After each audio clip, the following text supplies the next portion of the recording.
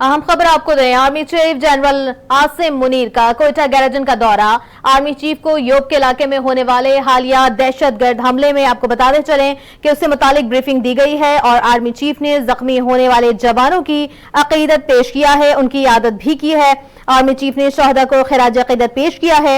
ISPR का कहना है कि अफवाज पाकिस्तान को अफगानिस्तान में TTP की महफूज पनागाहों पर शदीद तहफ़्फ़ुज़ात हैं। पाकिस्तान में दहशतगर्दी की कार्रवाइयों में अफगान शहरियों का मुलव्वस होना बाइश तशवीश है। उम्मीद है अफगान अबूरी हुकूमत अपनी सरजमीन किसी के खिलाफ इस्तेमाल नहीं होने देगी। ISPR के मुताबिक दहशतगर्दों के खिलाफ ऑपरेशन बिला इम्तियाज जारी रहेगी।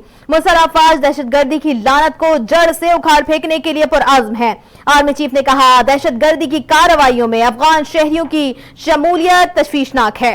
इस तरह के दहशतगर्द हमले नाकाबिले बर्दाश्त हैं। इन हमलों पर सिक्योरिटी फोर्सेस की तरफ से मौसर जवाबी कार्रवाई होगी। मुसल्लह अफवाज को अफगानिस्तान में TTP की महफूज पनागाहों पर तहफ़्फ़ुज़ात हैं। तवक्को है अफगान हुकूमत अपनी सरजमीन को दहशतगर्दी के लिए इस्तेमाल करने की इजाजत नहीं देगी। अबूरी हुकूमत दोहा मुआहदे में किए गए वादों पर अमल दरामद यकीनी बनाएगी। बताते चले आपको, army chief general Asim Munir का कोयटा गैरेजन का दौरा हुआ है।